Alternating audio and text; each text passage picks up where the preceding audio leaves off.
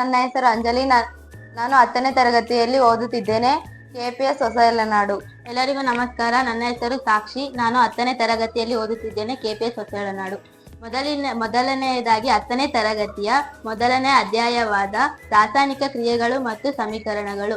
ಅದರಲ್ಲಿ ಚಟುವಟಿಕೆ 1.1 ಚಟುವಟಿಕೆ ಹೆಸರು ಮೆಗ್ನೀಷಿಯಂ ಪಟ್ಟಿಯನ್ನು ಗಾಳಿಯಲ್ಲಿ ಉರಿಸುವುದು. ಅದಕ್ಕೆ ಬೇಕಾದ ಸಾಮಗ್ರಿಗಳು: ಇಕ್ಕಳ, ಮರಳು ಕಾಗದ, ಮದ್ಯಸಾರ ದೀಪ, ಮೆಗ್ನೀಷಿಯಂ ಪಟ್ಟಿ, ಪಿಂಗಾಣಿ ಬಟ್ಟಲು, ಬೆಂಕಿಪಟ್ಟಣ.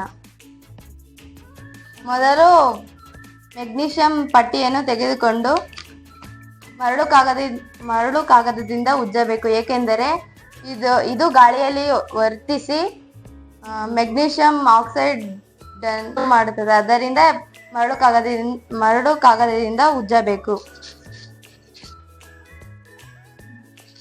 ಮದ್ಯಸಾರ ದೀಪವನ್ನು ಹಚ್ಚಬೇಕು.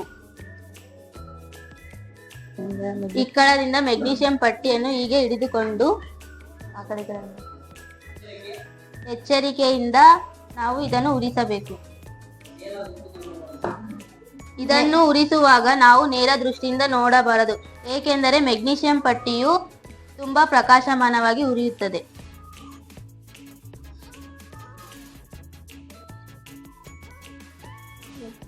ಈಗ